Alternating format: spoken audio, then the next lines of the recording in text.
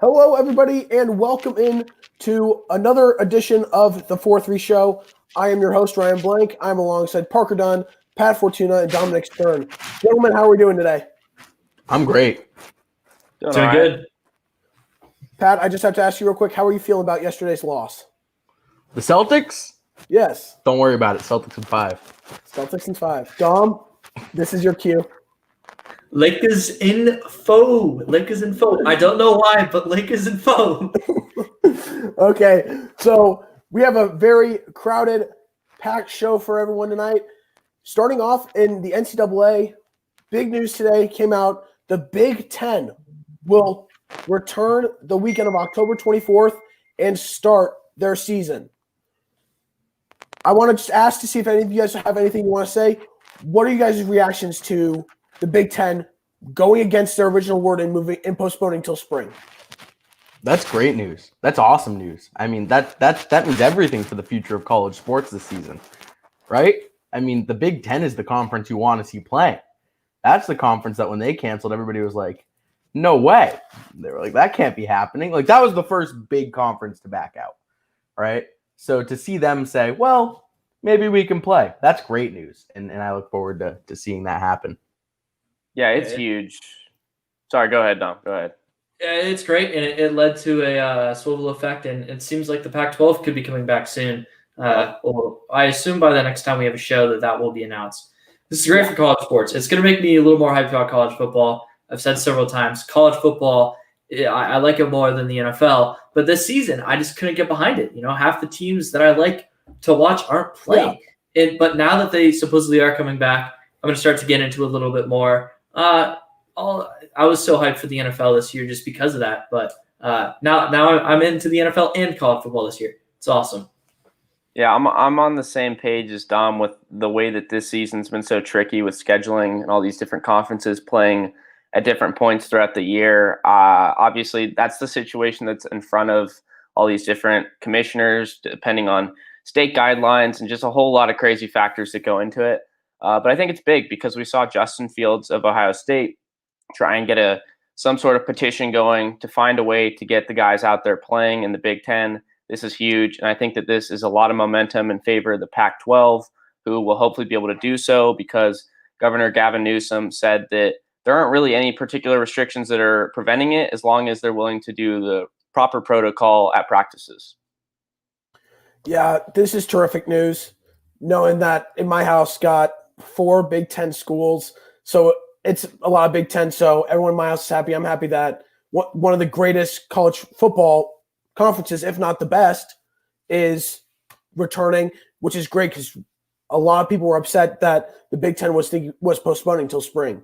But as everyone mentioned, the Pac-12 is watching California and Oregon very closely due to those ordinances, and they're thinking at the earliest they could have football at the end of October, right around the Big Ten.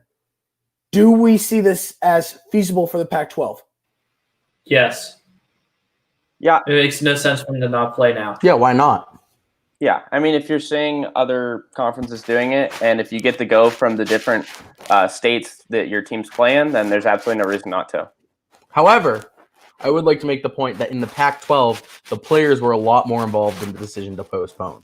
So, the Big Ten, it felt like it was a lot more owner-based. So, the fact that the players played a bigger role in the cancellation or postponement of the Pac-12 season, that'll be telling when the season rolls around. Yeah, I think for the Pac-12, though, they just made a huge partnership with Quidel Corp that they can do testing and get results in 15 minutes. So that's huge. No other conference has this, as to my knowledge. So this is huge for them. Mainly, this has been big talk with college basketball. But now with college football, I'm hoping that the Pac-12 can get to that point where they feel comfortable to play in October. And even if it's like a couple weeks after the Big Ten, I'm happy. I just want to see ASU and the Pac-12 play before the turn of the calendar year. Yeah, but I don't like the 15-minute testing thing. I've seen a lot of people being like, oh, yeah, let's get the 15-minute testing. The only place I've ever seen that actually be a thing is like the $10 test at Walmart or Walgreens. So I don't know how much I trust it. Anybody else have anything to say on the new testing format? Yeah, Okay. we can gloss over that. That's fine. Yeah. Okay. With that, we will move on to college basketball. We mentioned last show that November 25th was the chosen date that had to get approved. It got approved today, and college basketball is online to start November 25th. Dom, I know you're huge with college basketball. How do you feel about this? I love it. I went on the College Basketball Bonanza show where I exclusively talk about college basketball. Do more on here once football season ends, but over there it's exclusively college basketball.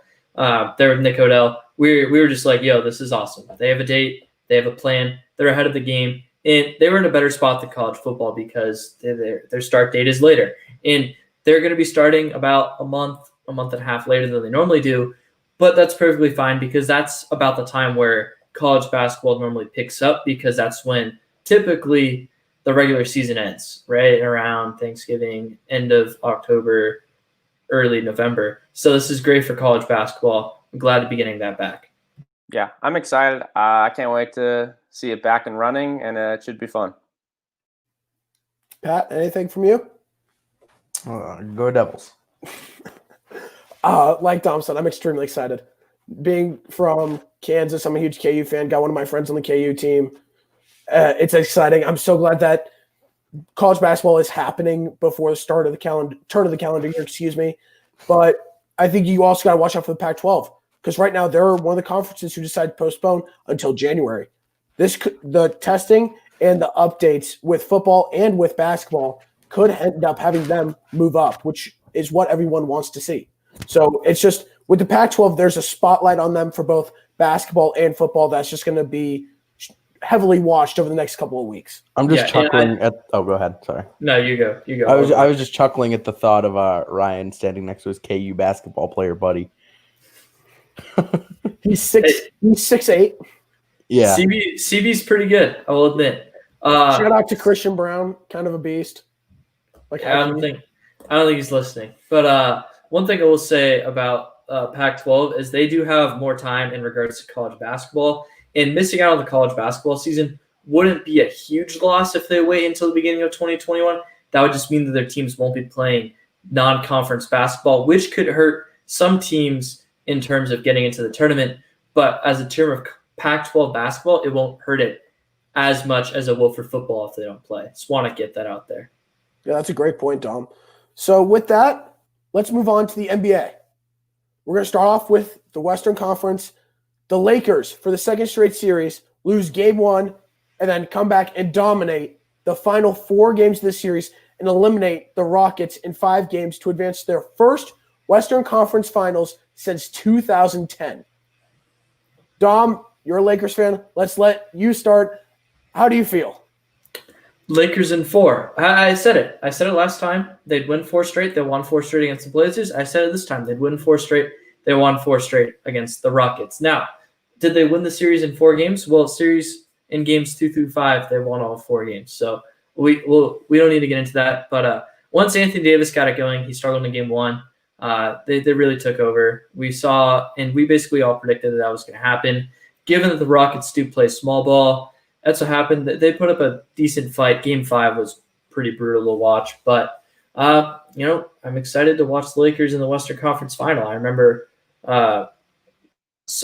get the NBA basketball, watching Kobe Bryant play in the Western Conference Final and the Finals, and they haven't been back since. So let's see. Yeah, this comes as absolutely no surprise. The Rockets are a team that I didn't have too much faith in because they play a brand of basketball I'm not a fan of. I don't think that Mike D'Antoni is a very good coach, and I think that's the reason why they finally figured out as an organization, and they're going to try and move on from him. And this was a matchup where the Lakers were the better team from top to bottom, and although they don't have the guard play offensively like James Harden and Russell Westbrook, they still have a much better team from top to bottom, and they play much better defense. And they just play basketball the way it's meant to be because they have a big and AD they can get the ball to, and they have LeBron and Rondo facilitating. So this came as no surprise. I expect them to continue to play very good basketball going forward. Pat, you got anything, or do you want to save up to the Eastern Conference Finals? Oh, no, I'll talk. I'll make it quick, though. I think Parker's absolutely right. Mike D'Antoni is not a good coach. He's kind of a poor man's Steve Kerr. He just kind of tells his team, hey, go out there, shoot some threes. Granted, I don't think Steve Kerr, no offense, Parker, I don't think Steve Kerr is the greatest coach either. I think he's been blessed with some great talent. But I don't think Mike D'Antoni was ever going to do anything with any team ever. So it was a good fire. I hope they make a really good hire. I hope they don't make another mistake with a bad coach because they have way too much talent on this. They also need a center. Let's make that very clear. You're never going to win an NBA title without a center. Yeah. So who do they have playing center? Like PJ Tucker? It was PJ Eric Tucker Gordon? and Yep. Robert Covington. Those were their Robert two Covington. picks. Yeah. Robert Covington's a shooting guard. What are you doing? Get yourselves Yeah. together. Or a No, small he's small forward forward. at best. Small See, forward like- at best. See, I like the comparison with the coaches because I think that that's something the Rockets tried to model their team after. They wanted to adopt the Warriors team, but they just did it so poorly because I feel like all they looked at was the fact that they hit a lot of three-point shots and they completely disregarded everything else because the Warriors played a brand of small ball that we've never seen before and it worked, but they took it to a whole new extreme and it just did not simply work. You know, I think that the Rockets, they made the right decision getting rid of D'Antoni. I also want to give out a shout out to Rajon Rondo, who was huge for the Lakers throughout this series. Played terrific. Rondo. Playoff Rondo is real. I think he's going to continue to play at a high level, and they're going to need him to. They're going to need someone to try to shut down Jamal Murray. Like, they can put 80 on Jokic. That might slow him down. That might slow him down because 80 is a terrific defender, but they need someone to slow down Jamal Murray. And I'm thinking it's going to have to be LeBron who's going to have to guard him. Yeah, I was gonna say Rajon Yeah. Rondo isn't stopping. Rondo is Jamal not Murray. going to be good enough to guard him. I was gonna say no matter I what think you think LeBron's going to have playoff to guard Rondo is. Jamal Murray. They got Caruso. Exactly. The Yep. Caruso. Caruso might be Caruso. able to do it. Glad someone mentioned it. He runs hard. He's not the greatest player in the world, but he plays with that mentality. He's got the headband. He's like headband Dom. He's just one of those guys that just gives you quality minutes. He I doesn't miss score a headband ton. Dom, if I may say Yeah. so. I miss headband Dom. Headband Dom. I got the hoodie headband. hat. Do you want me to go put it on for you? Put it on. Go get it. You have to. But All right, we'll continue on as he goes. I've said it from the beginning. Lakers are going to win the title. I still completely believe that. They dominated once after the first game, so I expect a lot from them. LeBron is a different breed in the playoffs. I'm full-heartedly believe that. Can we just talk about the WCF real quick right now while we're here? Yeah, of Okay. course. But let's get. Should we First, we gotta talk about the Clippers Yeah. advancing. Okay. now? Let's get into the shocking one of the Nuggets. Was Winning this really their shocking to second- anyone? Yeah, I'm not shocked. Yes. I'm not shocked. I am extremely shocked. I'm not. I'll say this. Dude, I it's the was shocked. Clippers. They're so It's much the better than Clippers. the So Nuggets. much though. more They're talent. the better team. Clippers. It's I the don't- Clippers. I don't It's care the what Clippers. franchise history they have. The team that they constructed this offseason was the best on paper. Yeah, they had the Game's let not me- played on paper. Can Can I Yeah. also say something that a lot of Celtics fans would say I am sacrilegious for? Doc Rivers is not a clutch coach, okay? He had I think it's evident he's now choked 3-1 series leads. right. So he had the Boston Celtics with a starting lineup of Rajon Rondo, Paul Pierce, Kevin Garnett, Ray Allen, and Kendrick Perkins. And he won one NBA Finals with that team. He took them to 2, but he won 1. That's absurd. And this Clippers team feels very reminiscent of that to me. I actually see that a lot. Very That's a great reminiscent. point. Very similar depth, very Yeah. similar in star power. And they blew I it in the thought Western once Conference you got Finals. to that 3-1 lead, I thought the Clippers were going to take in 5 and then be done. I can never Yeah. count the Nuggets out anymore. I don't think nobody can count out the Nuggets. They've There's- won now 2 straight series, down 3-1. And maybe they're better than we think they are. Jamal Murray and Jokic have been playing terrific basketball. Michael Porter Jr. has been great off the bench. I really like this Nuggets team. I had them I thought they would come back and beat the Jazz. I did not think so in this series against the Clippers, and that's what they did. I was extremely impressed. I would not completely count them out against the Lakers. Dom, I like the headband. I would. Thank you.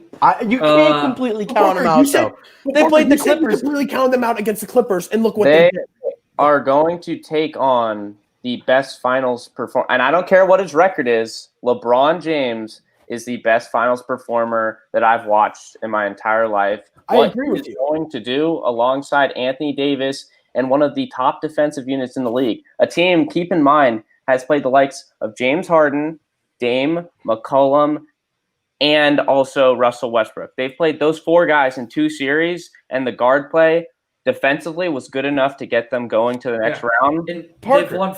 they've won 4 straight in both series, guys. Okay, so they got to lose Lakers- eventually, Here's the right? thing. Listen, Here's the no, thing. Parker, you're breaking my heart here because you know why? Sure, the Nuggets are big underdogs, right? But the Nuggets just wiped off a team with the likes of Kawhi Leonard, Paul George, Yeah. Pat Beverly, Lou Williams, right? Yeah, I love what Montrezl they've Harrell. done. What they've So- done's been awesome. So they knocked off a team. So how can you count them out when they've come back down 3-1 against, like you just said, Because the best team? here's why. on Here's paper. why. Here's why I'm The gonna. best Here's depth in why. the league. Here's why I'll count them out is because they're going up against LeBron. LeBron's going to be rested, and we've all seen when LeBron's rested in the playoffs, he's going to dominate you. And guess what? That's what he's going to do. And- LeBron, I'm not saying Plus, that. LeBron's they also- one of the greatest playoff performers ever. He, by far, is a different breed in the playoffs. We all seen that. I'm not saying I think the Lakers are going to win this, but I think it's going to be closer than everyone thinking Lakers in 5. I think See, the Nuggets will steal at least 2 games in this the series. Nuggets have found themselves down 3-1 twice. That's not good. You're not supposed to find yourself down 3-1 like that. It's one thing to do it once, but a second time, that's a bit much. They've done Were it they twice ever- already in these playoffs. I literally just said that. So what they've done is great. But at the end of the day, they're going to play a team that has rest and a team that is good both offensively and defensively. And they don't match up as good as, say, the Clippers would have against the Lakers team. This Lakers team is a mismatch for them because it takes Jamal Murray playing an extremely high level just for them to have come back in those 2 series. I don't expect them to be able to replicate it to the point where they're able to make the comeback should they find themselves down this series. Yeah, we're also assuming they go down 3-1. I mean, that might not even happen. They may go game for game, take it to game 7. I think that this series could easily go 7 games. I do too. I really think that the Nuggets have shown something that you can't count them out of a series. Like, no offense, I'm going to call you out, Parker, like Parker did against the Nuggets. Just want to say that. But we're going to move on to the Eastern Conference Finals now. Just don't let it become a freezing cold take. That's all I'm saying. Don't think it will. Okay. I don't either. I'm Okay. very confident the Lakers will win the series. I think the Honestly, Lakers are gonna you win the guys- series too. You guys know I'm joking when I say Lakers in 4, and they haven't won a series in 4. But I think they're better at almost every single position except for point guard. You could say Jokic and Anthony Davis. They're tied at center. Out of that, the Lakers they're so good, and they have the best player. They have the best player. No denying that. Yeah, the Lakers have the best player in the league. And I think the Lakers are going to win this series. But I think it's going to be a tougher series than a lot of people saying Lakers in 5. I think the Nuggets will get at least 2 games. But we're going to move on to the Eastern Conference. Miami took out the Bucks in 5 games, and then the Celtics held off the Raptors in 7 after taking a 2-0 lead. And we have Miami and Boston in the Eastern Conference Finals. Yesterday, the Celtics blew a 12-point lead going into the 4th quarter and lost in overtime. They are down 1-0 in the series. Do we see the Celtics coming back and advancing to the finals? Yeah. I mean, well, I'm not guaranteeing it, but yeah. Pat, can I ask see you a it. We're question? only down. Yeah. You would know more than any of us here because you're a huge Celtics fan. Yeah. When do you think Gordon Hayward will be back? If he comes back Probably at all. Game 3. If he's back, it's going to be game 3. If not game 3, game 4. But Has he returned to the bubble? Yeah, he's back in the bubble. He's finished his quarantine. He's warming up with the team. It's just about when he feels 100% and ready to play. Because part of why he left the bubble was A, because he was injured, and B, his wife is pregnant. So he stayed out a little bit longer for that. Now he's back. He's quarantined, and he's waiting until he feels 100% ready to play. I think that's going to be huge for the Celtics to get him back. He's doubtful for tomorrow, probable for game 3. So I 100% think that the Celtics have the ability to win the series. I think in general, they are a deeper team than the Miami Heat. In general, I think we lack the star power of a player like Jimmy Butler. That's supposed to be our Kemba, and Kemba's played absolutely horribly in these playoffs. I mean, he's like 2 for 38 on his last like threes. Like he's really been bad in these playoffs. But I think if Jason Tatum and if we run our offense through Jaylen Brown more, I act like I'm on the team. If they run their offense through Jaylen Brown more, then they 100% have the ability to win this series. We have to get our guys involved. We have to get all 12 people playing involved. We have to keep feeding Marcus Smart because, oh my God, he's insane. And yeah, I think we can win the series. I'll take it next. I think the way that when you have your star player not performing like Kemba Walker has been, and I'm a huge fan of Kemba. I respect Kemba so much. He's just got that cold-blooded mentality, even though he shocked my San Diego State Aztecs back in 2011. Never forgive him for it. When your star player's not playing well, your go-to bucket guy isn't getting buckets, it's tough to win a series. Well, let's make it clear. Let's make this clear. Our star player is Jason Tatum. Sure. And then Jason Tatum is also like he's putting up good points, but when it comes down to clutch time, he's just not going to the hoop, which is what he needs to be doing. He's trying to shoot some threes. Watch your mouth. I'm Dom's sorry. not wrong. block, He's also though. turning the ball over a lot in crunch time. Yeah. That I watched Bam these block games was with insane. Pat. Yeah, you do. Yeah, no, that I'm was not even you saying can't do that. anything wrong with that. Yeah.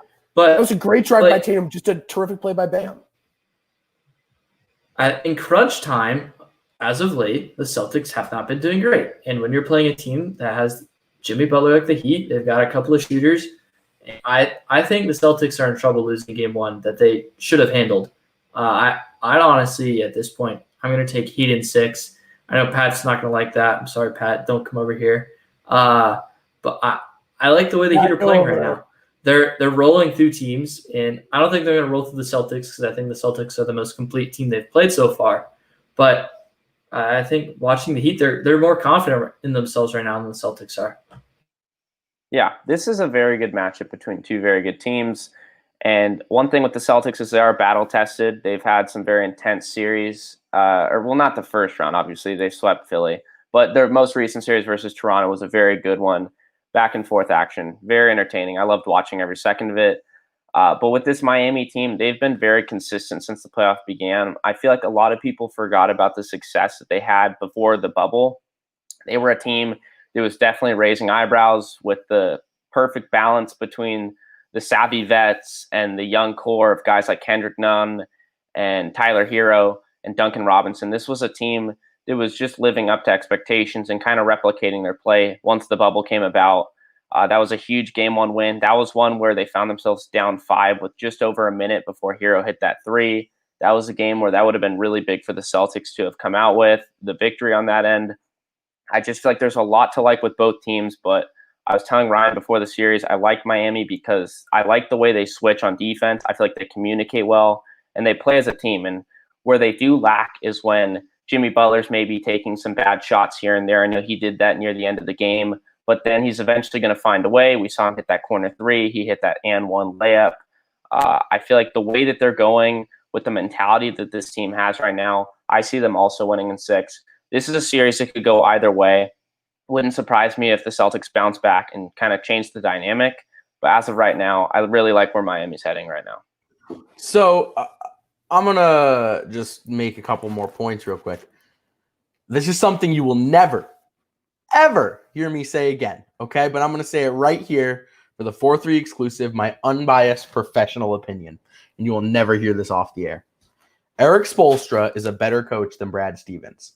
Now, I feel like that's a pretty well-known fact in general.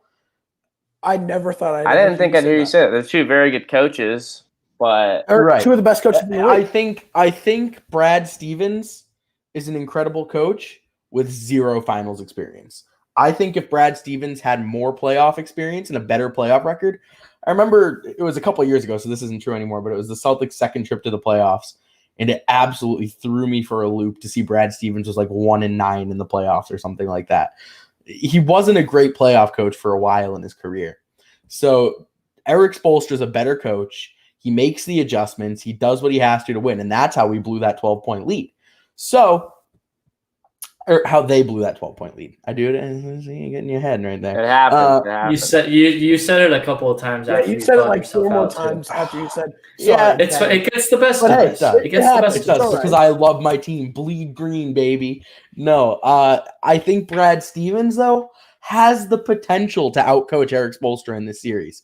If he locks his head in and if he does everything he should, if he plays all the right cards, Brad Stevens 100% has the potential to outcoach Eric Spoelstra and win this series. Yeah, and I think that he has to outcoach Eric Spoelstra to win this series. I think Eric Spoelstra is a big part of why the Heat have been so good in the regular season when not a lot of people expect them to make much noise in the East and then go on and win their first 2 series, and now they're up 1-0. And like I mentioned, Brad Stevens needs to find a way to get the best out of Kemba Walker, and needs to find a way to also help Jason Tatum get better shots off, because Jason Tatum's good enough to make the shots that he's taking. But also, if Kemba Walker gets into his groove, I think that that's also going to help Jason Tatum on offense. So the series is over. I think it's definitely going to go 6 games, possibly 7. But as of right now, they definitely have the upper hand. And that's not just because they're up 1-0. And I think we can win in 6. I don't even think it's necessarily just Heat in 6. I think the Celtics could do it in 6 too. Okay, I'm gonna go now. Pat, I'm shocked that I heard you say that. And I'm going to get a recording of this after the show just so I can always play it. But, Dom, you said it perfectly. Brad Stevens has to outcoach Eric Spoelstra to win. Both you and Pat said it. That's how it is. Spoelstra and Stevens are 2 of the best coaches in the league. And I think that Eric Spoelstra is better in these types of situations because he's battle-tested more. So Brad Stevens has got to be better making those adjustments to get his team to keep those leads. Because throughout the playoffs, the Celtics have blown some leads, especially in the past 2 series. That's our specialty. It's been our specialty for like 3 years. They've been blowing a lot of leads, and I think that's worrisome. But the reason I'm really going to say the Celtics win this series is because I think the return of Gordon Hayward is going to be huge. But for that to be a huge catalyst, they have to win tomorrow. Well, you know what my big question mark is with that, and I'll let you finish in 2 seconds, but you brought it up, so I want to comment on it. Yeah, of course. The biggest question mark with that is when Gordon Hayward is back, do we take Marcus Smart out of the starting lineup and put it back to the way it was? Absolutely not. I agree. I would not. I agree 100%. You keep Marcus Smart in the starting Smart. lineup and you make Gordon Hayward the 6th man. Marcus has been playing extremely He well. has been Marcus has the been huge. blood of this team. I mean, Marcus Smart is what's winning them games right now. Okay, I'm going to continue, but Pat, I agree. They should keep Smart in. He's been on a tear. He's been huge for them, especially in those final games against the Raptors. He was huge. Played terrific. He's been shooting the 3 ball very well, so I think they got to keep him in. But I think getting Gordon Hayward back is going to be huge for the Celtics. Getting him back, veteran presence, a great player. So I'm going to take the Celtics in 7. Do you guys have anything else you guys want to add about the NBA and the Eastern or Western Conference Finals? Dom, go ahead and say it. Lakers in folk. Never gets old. Never gets old, Dom. Okay, with that, let's move on to the NFL. We had a crazy week 1. A lot of upsets. But before we get into those, let's go over some of the big injuries that happened over the course of week 1. The first one is Marlon Mack, who is out for the rest of the year with a torn Achilles, leaving the Colts running back room to be led by Jonathan Taylor and Nyheim Hines. So that's a big loss for the Colts. The biggest injury is Michael Thomas is out for a few weeks with a high ankle sprain for the Saints. Now this is where Emmanuel Sanders comes into play. But Drew Brees and the Saints will be without one of their best players and one of the top receivers in the league. Jets running back Le'Veon Bell was placed on injured reserve with a hamstring injury. I don't think there's anything else we need to say. He's been bad ever since he left Pittsburgh. Yep. The Packers O-line took a huge hit, losing offensive tackle Lane Taylor, who was out for the year. Parker, what was the exact injury again? Was it ACL? I actually don't remember the extent of what they actually diagnosed to the MRI, but what I will say is to have a season-ending injury after just week 1 and what was a very good offensive performance, that's going to hurt this offensive line of the Packers. That's a key loss. Anytime you lose offensive linemen, when you want to protect a guy like Aaron Rodgers, that hurts. That's a big loss for their team. Especially after they lost Brian Bulaga in free agency to the Chargers. I don't know what their depth looks like as far as their backup right guard who's going to slide in for them, but I do know that Lane Taylor is a good offensive lineman, and that's definitely going to have some sort of impact going forward. Yeah, completely. That's going to have a huge impact on that line and for Aaron Rodgers. Now we're going to move on to Cowboys linebacker Leighton Vander Esch continues to have those health woes as he is out 6 to 8 weeks with a broken collarbone, suffered at the beginning of week 1 in their Sunday night game against the Rams. And then David Njoku of the Browns, tight end, has been placed on injured reserve as well.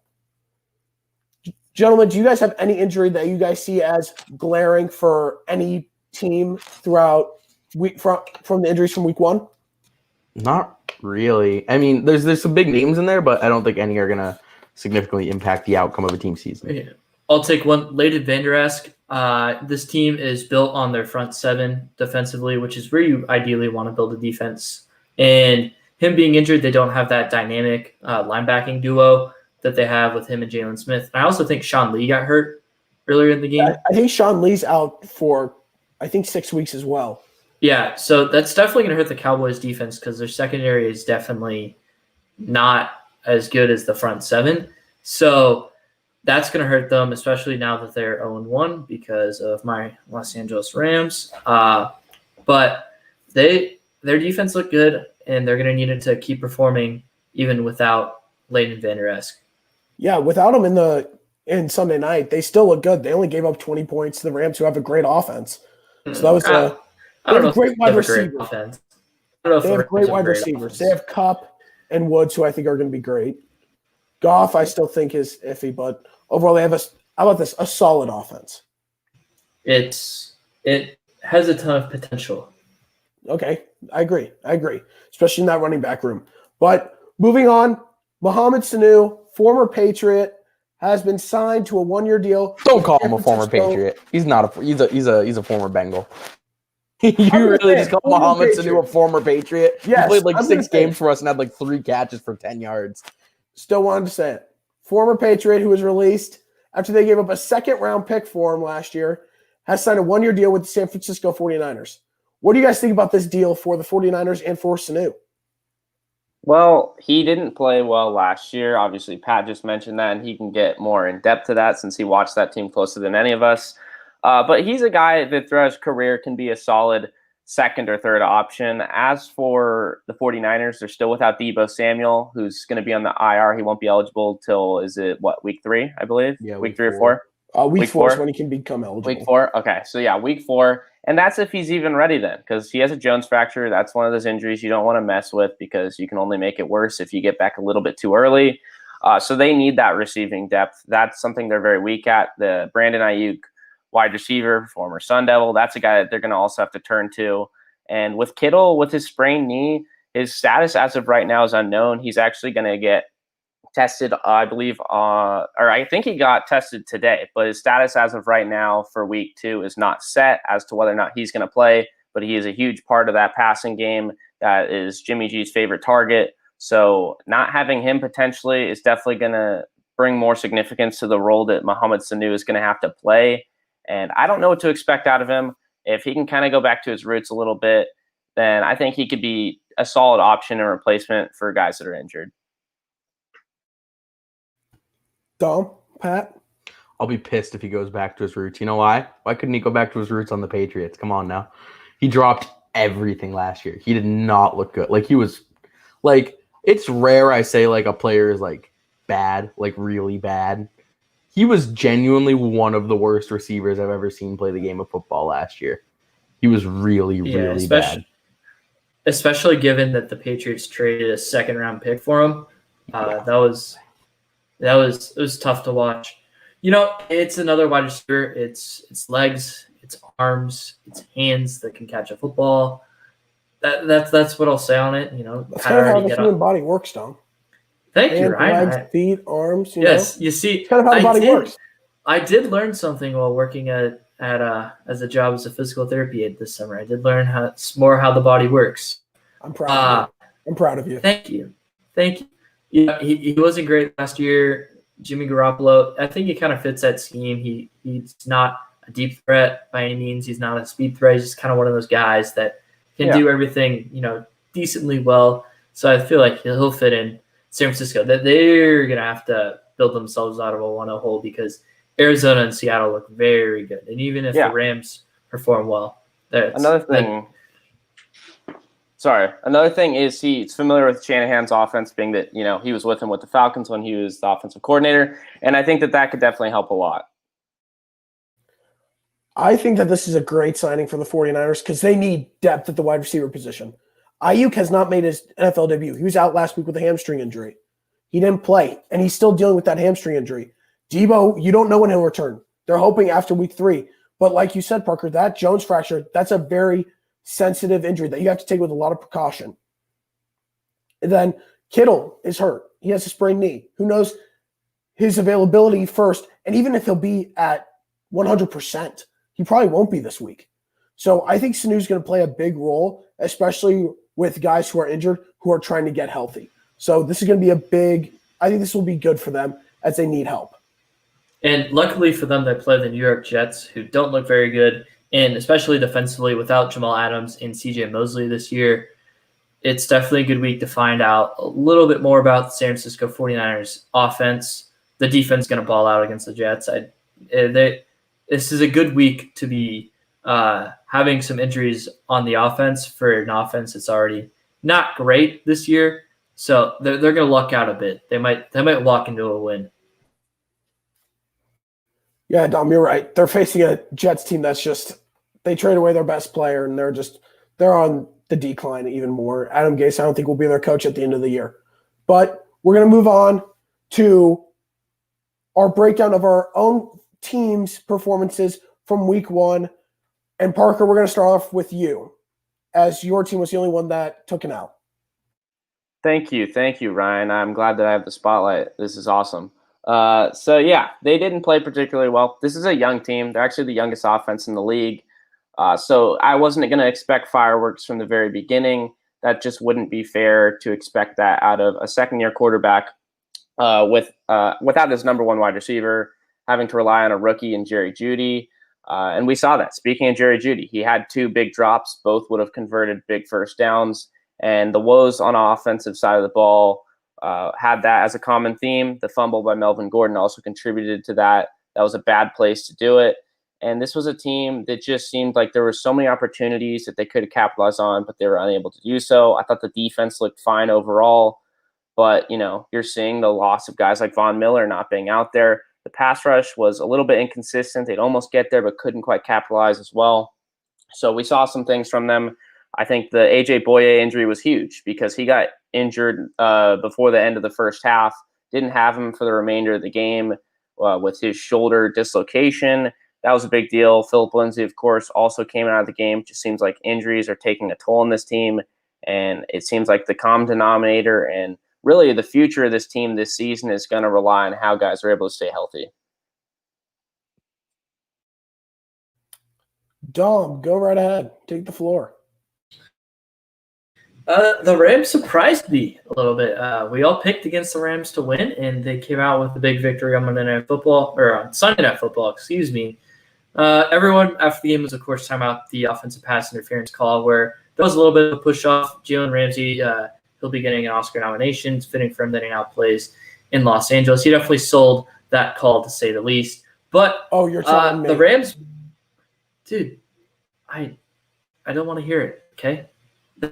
I was gonna wait until a little bit later to talk about the just awful missed call on roughing the passer on Jared Goff, where I think it was Aldon Smith clubbed Jared Goff in the face and just wasn't called a penalty. So Cowboys fans can complain all they want about the officiating of that game and how they got screwed by a missed call at the end of the game, and you know what? You could argue they did, but Jared Goff threw a pick on a play where he was clearly roughed, and I don't need to go into that anymore. The Rams offense, they impressed me considering how bad they were at times last year.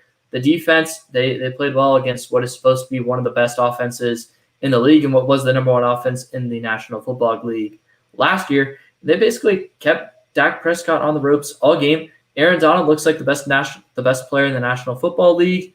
He was an absolute monster. I think he pressured he had like 8 or 9 total pressures by himself, and he's double teamed on almost every snap. He had that one play where he just shoved over the offensive lineman and just ran right through Zeke, and he lifted Zeke up on another play. If you watch that game and you don't think Aaron Donald is the best player in the National Football League, you're a Chiefs fan. The Rams came out with a 1-0 victory. Wow. Wow. Aaron Donald impacts the game on every single play that the defense is out just there. Just really target the Chiefs fans. Why don't you? I do. Why not? I believe that the people who value quarterbacks to the extreme think Mahomes is better than Aaron Donald, and that's fine. But Aaron Donald impacts every play because everyone else has to game plan around him. 2 or 3 guys are blocking him almost at a time. There's some plays where Patrick Mahomes hands the ball off to Clyde Edwards-Helaire a lot, which is what ended up happening. And it worked. And you got to give credit to the Chiefs. They're an insane team. Aaron Donald's the best player in the NFL. And Pro Football Focus agrees with me. We don't have to get into that right now. That's a topic for a later episode. Pat, tell us about the Patriots with their first game post Tom Brady. Just let me get away for a second. It's the Cam Newton era in New England, baby. Let's fucking go. Let's freaking go. Whoops. Can we Whoops. censor that? Is it too late to censor that? Don't come for us, FCC. We're only streaming on YouTube. Let's go. It's the Cam Newton era. That's how excited I am. Look, I'm going to tell a little story for our listeners at home. I can't believe I just said the F word on air. That was my favorite part right there for some reason. That's the highlight of this episode. The realization after the fact. Yeah, no, let's go. No, so I'm going to tell a little story to the viewers. I have a jersey curse, okay? Every time I buy the jersey of a player, that player goes down with an injury. These guys have heard the stories. They can tell you it's uncanny. It's unbelievable how accurate it is.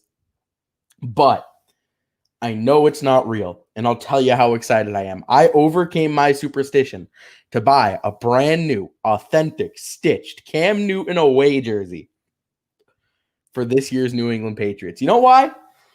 Pat, I don't wish this to happen, but what if he gets hurt? What will you do? Then I'm never buying a jersey again, Ryan, of an active player. Of an active player, okay. Yes. So I think we looked so good. And you know what? Something that I love that's budding. I'm not even really going to talk about the game here because we beat the Dolphins. Life goes on, whatever, yada, yada, yada.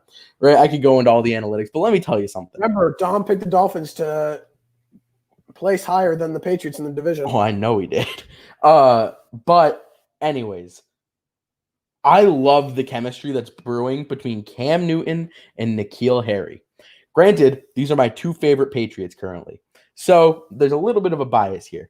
But after N'Keal Harry's fumble, there was this great interview, great press conference with Cam Newton, where Cam Newton talked about how he spoke to N'Keal Harry after that. And the chemistry they have, I cannot wait until the game where N'Keal Harry explodes. And I don't know if anybody here plays Madden franchise mode, but there's this thing where players go, oh, coach, get me the ball next game. And if that player gets like 3 touchdowns, then they get a development tree. And I can't wait. I know exactly what you're talking about. I can't wait for the game where that happens to N'Keal Harry. Because you know what? If he and Cam keep building this chemistry and they get better and they get stronger and they get faster, then the New England Patriots will be at the top of the AFC East, my friends. Let's effing go. Wow. I don't know how to follow that up. Oh, actually I do. Wow. I'm just going to say it. Holy moly. Chiefs Kingdom, baby. It's like they're in midseason form after not even playing in the preseason. It was terrific. I said it last show, Clyde Edwards-Helaire, Offensive Rookie of the Year. Book it. 138 rushing yards and a touchdown. Terrific. And I just want to say this. He had 106 yards after contact. That was by himself. By those yards after contact, that was the most of any running back in the league in week 1. Just want to put that out there. But I just want to talk about that offensive line that played terrific as well. Kelechi Osemele filling in for Laurent Duvernay Tardif, who is out for the year. He opted out to be an orderly for COVID-19. Wow, terrific. He made that Clyde Edwards-Helaire touchdown run by just giving him a hole that's bigger than the size of Texas to run. It was terrific. But hold on, let's not forget about the best quarterback in the league and arguably the top player in the league, Patrick Mahomes. What is there that I just can't say? 24-32, 211 yards, 3 touchdowns. Sammy Watkins, Travis Kelce, and Tyreek Hill each have a touchdown. It's like Oprah dishing out touchdowns. You get a touchdown, you get a touchdown, you get a touchdown. Like, oh my gosh. They were terrific. The defense. Why is this so funny to me? They got Deshaun Watson. Last year, the Chiefs lost to the Texans in week 5, I believe. The Texans dominated time of possession. This year, it was the opposite. Chiefs dominated time of possession. Deshaun Watson was pressured on 33% of his dropbacks. The Chiefs sacked him 5 times. Shout out to Chris Jones. Just got a big payday. You act like Deshaun Watson doesn't take 8 sacks a game no matter who he's playing. Like the Texans don't have one of the worst O-lines in the league. Oh, yeah, they have one of the worst O-lines in the league. That's you can't get around that. But sack and a half for the second best interior pass rusher in the league, Chris Jones. Frank the Shark Clark, terrific. He was getting off the line as strong and as fast as he's ever been. Terrific game from him. Oh my gosh, am I happy to have Chiefs football back. And boy, this team is just looking good. Like who can stop this offense? Tell me a team. The Ravens. The Ravens, the Bills. I can think of other teams that can not stop the you guys. Will they? I'm not sure. Will they? I'm not sure. You asked me a question. I answered. You act like it's impossible. I mean, it's I not will like say it's this. impossible. We saw the- I mean, We saw a couple Colts. bad things happen in that game as a young defensive lineman, Colin Saunders, suffered a dislocated elbow and will be out for about a month. But after this week, Mike Pennell will be back after serving a 2-game suspension, So he'll be back for the Ravens game. And then Charvarius Ward fractured his hand. That's not good considering that Your secondary stinks. second corner is suspended for 4 games. So that's not good. But I don't know if Ward will even miss this week. They might just have him put a club on his hand like they did with Kendall Fuller in 2018 and have him play. And if so, if he doesn't play, it'll just be this week and he'll return next week. So I'm not too worried about it. But let's go into that secondary. L'Jarius Sneed. Remember the name, rookie out of Louisiana Tech. Wow. For a 4th rounder, Sorry, I already forgot his name. What is it? L'Jarius Sneed. Who? Remember that name. Interception, 2 pass breakups, 3 tackles. Terrific game. He was huge, especially filling in for Ward once he got hurt. So watch out for this Chiefs team. This defense is better than anyone thinks. Remember, Dom, you learned that last year. Top 20 defense. that's not saying much, though. Like, you take it like a Dude, badge of honor. I live so rent free in your head. It's unbelievable. You cannot stop mentioning There's one this, person that lives rent free in my head, and that's Pat. Hell What? yeah, It's brother. Pat. It's Pat. I don't know Hey, why. Pat, stop cursing. Hell Hey. yeah? That's not a curse. That's not cursing. Shut up, okay? Oh, Hey, You know what? hey, You know stop what? cursing. I cursed. I said shut up. Shut Wow, up. 4-3 Enough after ruining my dark. Chiefs talk. Listen. Enough listen. ruining my Chiefs No. talk. Well, because you brought up the Chiefs being a top 20 defense for like the 1 millionth time. Okay, I gave you bring it 20 up because bucks. it's Stop sensitive. talking. Anyone lives rent free in your head, in anyone's head. I live rent free in your head, buddy. No, I had to pay you 20 bucks, so I already paid my rent. It's not free. That's true. He's got a point. Boom. He got you there. Boom. I will acknowledge that fact. Yeah, I paid you. But I just want to just say this team looked insane.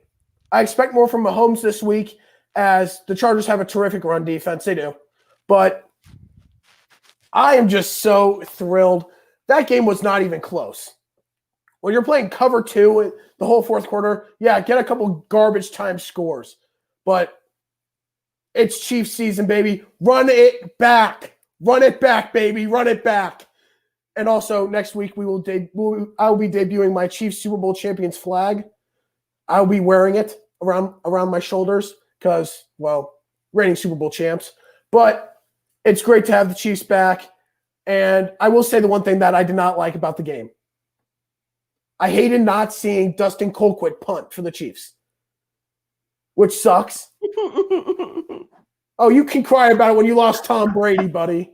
Yeah, we also lost Steven Well, Gostkowski. You just compared Dustin Colquitt right, to exactly. Tom Brady, dude. Oh, Yeah, we no. cut our kicker of 20 years. You think I'm And crying? your punter's got flow. I don't want to hear about it, okay? Hey, yeah, I he like does. He's a Tommy good-looking Townsend. guy, huh? I never said I don't like Tommy. I like Kmart, Trevor Lawrence. I still Kmart, Trevor Lawrence. Poor man's Trevor Lawrence. Let's move on. Let's stop time out your punter. Let's go. Okay. I'm just going to say it one last time. Chiefs are going to dominate the AFC West and the AFC. Okay. Moving on. What was that? Was that your stomach? I don't know, but I'd rather listen to that. No, it was Okay, supposed well, to. It kind of got caught wrong, but it was supposed to be more like a don't care, not gonna happen. Don't care. Won't Yeah. care. Okay. Let's get into the week 1 pick'ems update. Boy, compared to last year, this was a bad week 1. Really bad week 1. Well, week 1's always tough because one, we need to see how teams are going to play on the road, given the fact that there were no fans, and same vice versa, teams playing at home. And 2, we're also starting to get a feel for the for these teams. So week 1 was going to be a struggle no matter what. So the fact that that 3 of the 4 of us got double-digit wins wasn't that bad. I don't know if I could say the same about one other person though. Okay, zip it, buddy. Okay. Currently in last place is me at 9-7. Don't worry. The comeback is real. I'm not getting in last. You I said managed that to get out last of the year. last place hole last year. I was down to Sandstrom by like 4 games, came back. So I'm coming back again this year. You still didn't complete the comeback. And Tied I for also second place. said on air this is going to be freezing cold takes, and sure enough it was. Okay. Enough of you. I Okay. only speak facts. I know it can be hard to understand. Oh, yeah, and the fact that Giannis is being traded to the Warriors, that's not a fact. Okay. I said it's possible. That's not even related to the NFL in any Possible way. that it is. It's a fact Yeah, that it is. that is a possible. fact. Anything is possible, so that's a fact. Okay, moving on. Tied for second, Dom and Parker at 10-6, and then Pat is leading at 11-5. Let's go. I'm not letting Yeah. the newcomer win. Well, here we I would got to do give everything credit in my to Pat. power. We got to give credit to Pat. He went solo on 2 games, and he won both those games. And he was the only person to go solo on any of the games. He won both of them. He definitely should have lost the Lions game. Yeah, That that is- one. But- Oh. Catch a But- football. Sorry, DeAndre Swift doesn't have hands. But there's no asterisk next to the standing saying, "Oh, he won a game they shouldn't have." He won it. Got to give credit for it. I fist bumped him after I said, "Nice pick." It's both. Pat, good work. It's, I'll give you it's- credit. But you're it's- not winning. you got lucky. Neither are you. Oh, just wait. You said that This last year- year. This Oh, year wait. I come out of the I water. would. I This year came is up with my the year. punishment. I came up Mine. with the punishment. I can't do it. That's not Okay, true. Pat. I actually have an adjustment I'd like to make to the Pick'em's punishment this year. I think we should factor in our records we predicted for each team. Or is that a separate punishment? No. That Oh, would be so Hey, okay. Shut up. speculative. Hey, watch it, Pat. I'll mute you. Aw. Okay, moving on. Let's get into week 2 Pick'ems. First game, tomorrow night, we have the Bengals at the Browns. Who do we have? Cleveland. I do have Cleveland. Cincinnati. I'm going with Pat. I'm All taking right. Joe Burrow getting his first NFL win. Bengals. Boom. Okay, moving on to the Sunday matchups. We've got Atlanta at Dallas. Who do we have? Cowboys. I got the Cowboys too. I think they rebound. Atlanta's Yeah, defense the looks Cowboys. bad. I've also got the Cowboys. We're unanimous on the Cowboys for 2 straight weeks. Moving on. Denver Broncos at Pittsburgh Steelers. Pittsburgh. Too many injuries. Yeah, Really? I'm right there. Yep. See, no, I'm going to take Denver here. Hey, I'm honestly, thinking- of all the thinking- games, I hope to God that's the one that pans out. This Denver. was some game I was hoping I could make up some ground on y'all. This was one game because you guys are not believers in the Steelers, but I am. But I'm taking the Steelers. Next up, So Rams. I'm a solo on Denver there. Yeah, you're solo on Denver. Okay, next game, we have the Rams in Philadelphia to take on the Eagles, who choked a 17-point lead to the Washington football team. Rams. Go with the Rams. Offensive Yep. line Yeah, cannot Rams. protect Carson Wentz. The defensive line is the strength of the Rams. I'm going to take the Rams. This is not a game I was going to expect them to win coming into Yeah. the season. I was projecting the Rams start off 0-3. I think they could definitely start 2. Yeah, I'm Rams. also going to Yeah. take the Rams. I just think fear Aaron for the Donald's going to have a field safety. day. I fear fear for for the the safety of Carson Carson Wentz. Wasn't he I'm sacked scared. 8 times week 1? It wouldn't shock Yep. me if Yes. Carson Wentz got hurt this game because he's made of Yeah. glass. Poor Aaron guy. Donald's going to have a With a terrific player like that in the backfield, you can't be taking hits like that Yeah. with that Yeah. O-line. Next game, Detroit travels to Green Bay and Lambeau Field to take on the Packers. Green Bay, this is going to be unanimous. Yep, Green Bay. Green Bay. Green Bay for sure. Next up, we've got the Vikings traveling to Indianapolis to take on the Colts. I'm going to start with the Colts. I think they bounced back. Minnesota's defense looked awful, and they scored a bit in garbage time. Maybe they carried that momentum over, but I'm going to take the Colts. Same for me, Colts. I'm gonna take the Colts in this one. I'm taking the Vikings. I'm going to go the Right, Vikings in Ryan. this one. I had He just wants to fall further into last. Yep, Nope. exactly. This is the game I make up. This Keep is my on chance. digging that hole. I'll Okay, be digging y'all's holes when I come back. and don't take- be digging in my hole, man. I don't want you in there, bro. Dig your own hole. All right. Okay, Hey, next game. Where was Next- this flavor? Where was this flavor 3 weeks ago before I was on the show? Woo. I mean, Oh. normally we just make fun of Ryan for his bad gambling, but like, Hey, jeez. not that. We're not going to talk about that. I have my parents on this show for once, so we're not going to talk about my gambling. Yeah, they see their credit card bill every month. Okay. Oh yes. That. Oh yeah. Okay. Oh no, poor Pat. He's done for a few minutes. Okay. Oh. I'll have Can him you, back. can you- Next Yeah, game. what's up? Hey. Next game, we've got the Giants traveling to Chicago. I'm going to take the Giants. I thought they actually looked pretty solid in week 1 against a very good Pittsburgh defense. I thought their offense looked like it had opportunities to win the game. They couldn't find them. And I think against a worse team like the Chicago Bears, I think they'll find a way to pull it out. Yeah. I didn't think that I would be actually I thought maybe Dom would also be on board with the Giants, but I figured no one else would, but I'm gonna go with them too. I just feel like the Bears they're just gonna slip up. I think the Giants could sneak one. You know, I think Mitch Trubisky looked pretty good last week, considering he's Mitch Trubisky In the fourth quarter. in the fourth quarter. But that's all that matters. So I'm gonna, well, you know, not all that matters, but it's So when you're playing the Lions, you get a little bit. So I'm gonna take the Chicago Bears this week. I'm also going to take the Bears. I think that defense is going to Stop play picking well. with me, God. I feel like I should. Hey, I feel like I should. I don't need pick, I this, feel like I should okay? pick every team that you don't. If I can gain games on them, I'll be happy because that means I get out of last place. So This is just too good. Moving Your goal on. should be to win, not last. moving on.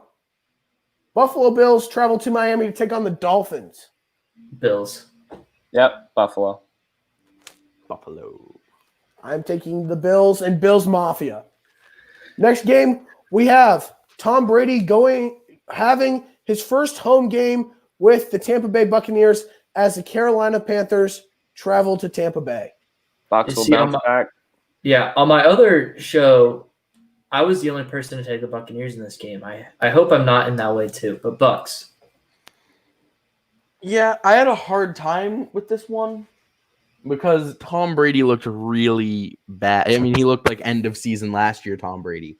So I don't know, but I'm gonna take the Bucks. I think the Bucks are too strong to lose this game to these guys.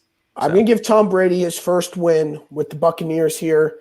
They take this one against the Panthers, who actually looked really good offensively.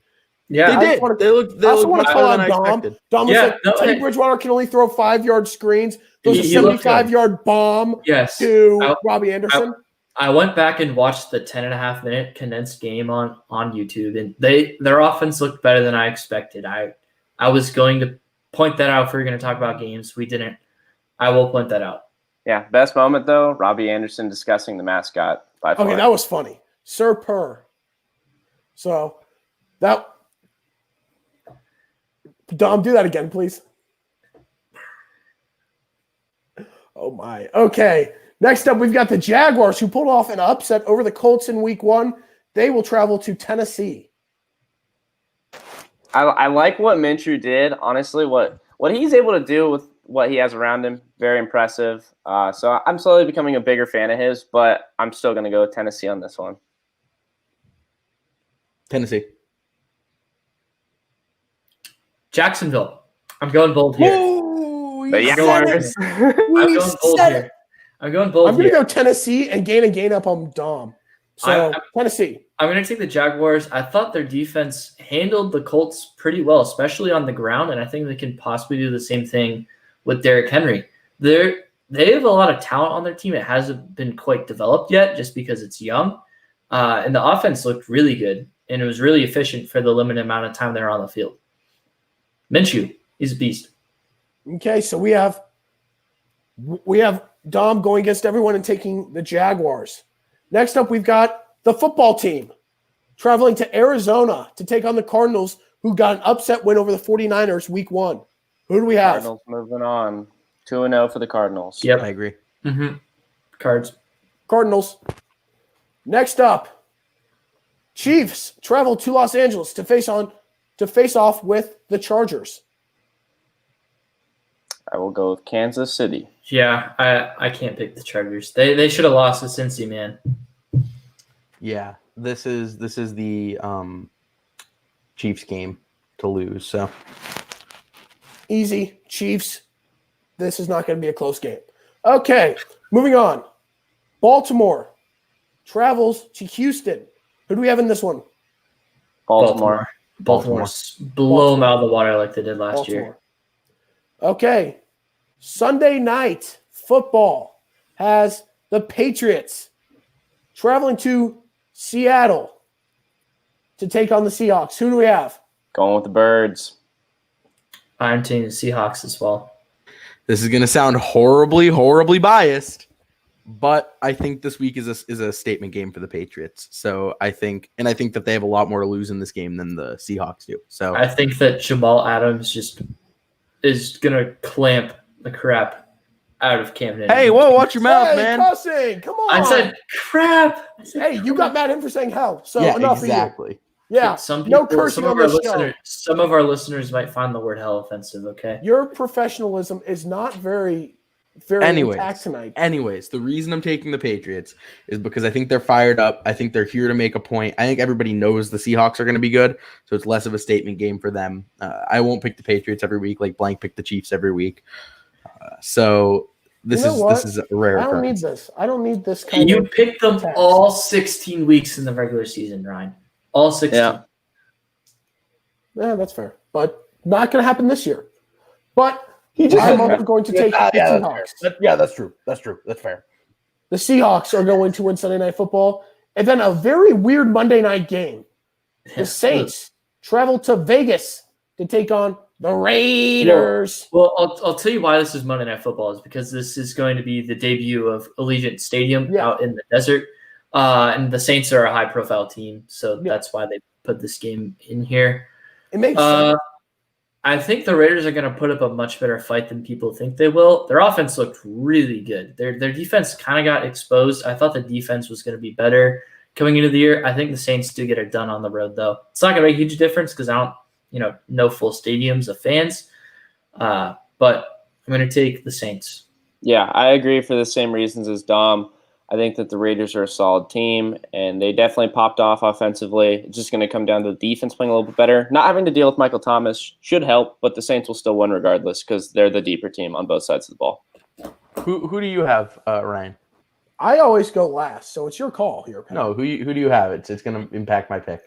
He's the host. Yeah, the host always goes last. Yes. I'm sorry, but you're gonna have to make your pick here, sir. Fine. It's I'm right. gonna. It doesn't But I know his pick is or my pick is gonna impact his now. No, it's not. Okay, I'm gonna take the Raiders. Woo! There it is. There it is. There it is. I love There it. it is. I love it. Bold. I have them on spread in my pick'em, so I don't think it's too bad of a reach. If I'm going to be completely honest, They don't have Michael Thomas, and Drew Brees didn't look that good week 1. They didn't throw the ball that much, though. Yeah, exactly. So Kamara's gonna get burnt out, but I'm taking the Raiders this week. I'm taking the Saints. I think that this week is going to be big weeks for Emmanuel Sanders and Jared Cook. Then I think you're going to see even more Alvin Kamara in the passing game. So I like the Saints in this one on the road. Okay, gentlemen, we have our picks for this week. I have some great opportunities to make up some ground here. And I have some good opportunities to either blow it or keep my lead strong. yeah, we'll see if picking Jacksonville will come back to bite me in I hope the I hope rear, it the does. rear end. Is that professional for you guys? The Tookus would be Because, preferred. Dom, no offense, I want to see you get last after getting first last year. I will have fun with that. Do I want to? Absolutely not. I will have fun. I'll do it in grace. I won't be lame about it like I know you would. Hey, if I lose, you know- I'll do it graciously, but I'm not losing. I was on top of the pick standings the entire year last year. So, I mean, there becomes a time where someone has to step down. You can only serve 2 terms as president in the United States, and I might only have to serve 1 term on top of the 4-3 show pick'em standings. Oh, so also, I just want to make this clear to the audience so we have it on air. We added an addition to the punishment last Sunday. We did. The loser, if you remember the punishment, the loser has to stand on the street corner and hold a sign saying they suck at pick'ems and preaching it all day in the Arizona heat. The new caveat is they have to do it in an outfit of first place's choice. It's a nice Right. little twist. Ryan, I'm making you wear the Fernando Tatis Jr. No, I'm going to make you wear my adult medium Tony Gwynn giveaway jersey with nothing on in between it, and you're going to have to make sure the buttons are done the entire time. Just so you can think about that for the entire year. I'm surprised you're not Don't going lose, Hosmer. Ryan. I'm Just surprised don't you're not lose. going Your Hosmer. inspiration. I'm surprised you're not going Hosmer. No, because that jersey's actually big, and I want you to feel uncomfortable while wearing a Padres jersey. Well, here's the thing. Tony Gwynn, That's, of course, if I win. overrated. Oh, No, and so he says it. dude. Tony Gwynn is overrated. We'll see you next week, folks. Yeah. Okay, everyone. Thank you for listening to this episode of the 4-3 show. Pat, we made him mad. That's the only goal by saying Tony Gwynn is overrated. So we did it. That's a success for this week. Everyone, thank you very much for listening. We will be back next Wednesday to break down the NBA playoffs, the NFL Week 2, and make our pick'ems for Week 3. Thank you very much for listening. And thank you very much to the 5 to 7 viewers that we had throughout the show who watched all the way through. We appreciate you. Thank you very much for listening. Sorry about the cursing. Have a great rest of your week and enjoy Week 2 of NFL football. Bye.